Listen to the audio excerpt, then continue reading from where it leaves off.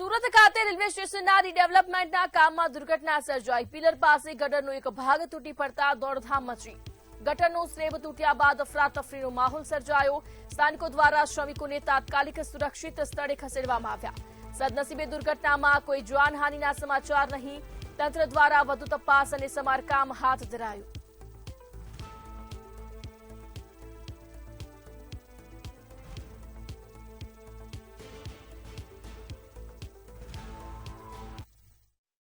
ऐसा कुछ नहीं है। ये देखिए, मैं बताता हूँ आपको। ये है ना, एज पर डिजाइन चेंज हुआ है, ड्राइंग चेंज हुआ है। ड्राइंग चेंज हिसाब के इसको रिवाइज ड्राइंग के हिसाब से बनाना है हमको, और कुछ नहीं है। तो तोड़ क्यों डाला? बीच वाला गड्ढा तोड़ क्यों डाला? अरे उसको ड्राइंग चेंज हुआ तो गिराना पड़ेगा ना मुझे। ड्राइंग सुनिए, मेरी बात सुनिए। ड्राइंग चेंज हुआ है तो मेरे को निकालना ही पड़ेगा ना।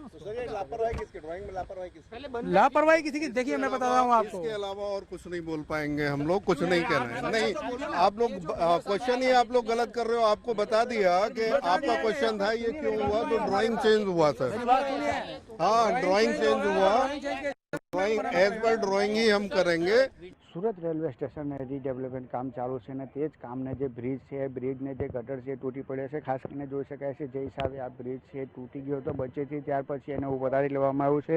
ખાસ કરીને જે રેલવે વિભાગ છે જે કામગીરી સોંપી રહ્યું છે, જે સિંકો કરીને જે અધિકારીઓ જે એને કોન્ટ્રાક્ટ આપવામાં આવ્યો છે તે લોકોને કહેવાનું એવું છે કે હાલ તે અમે ચેન્જિંગ કર્યું છે એટલે તોડી લેવામાં આવ્યું છે। પણ ખાસ કરીને જે હિસાબે સોશિયલ મીડિયા પર વિડીયો વાયરલ થયું છે, વાયરલના હિસાબે વાત કરીએ કે જે સુરત ડેવલપમેન્ટ કે કામ ચાલુ હતું તે દરમિયાન જે પિલર અને ગટરને વચ્ચે જે ભાગ તૂટી પડતા વિડીયો દેખાઈ રહ્યો છે અને ગટરને સ્લેબ તૂટતા બાદ જે સ્થાનિક છે એ વિડીયો બનાવીને વાયરલ કર્યા હતા। ત્યારબાદ અહીંયાથી જે અવર જવર પણ બંધ કરી દેવામાં આવ્યું હતું અને ઘટનાને બાદ જે ત્યાં જે કામ કરે છે અધિકારીઓ છે એ કહી રહ્યા છે કે અમે ચેન્જીસ કર્યું છે, આમાં અમારે તૂટ્યું નથી, એ છુપાવવામાં આવી રહ્યું છે। અને ખાસ કરીને જે હિસાબે આ દુર્ઘટનાને છે કોઈ જાનહાનિ નહીં, પણ જે હિસાબે આ મટીરિયલ વાપરાયું હોય કે જે હિસાબે આમાં કામ કરવામાં આવે કશે ને કશે શંકાસ્પદ દેખાઈ રહ્યું છે। કેમ કે જે હિસાબે જોઈ શકાય છે કે આ જે સળિયા છે એક એક કરીને તોડી દેવામાં આવ્યું છે। આ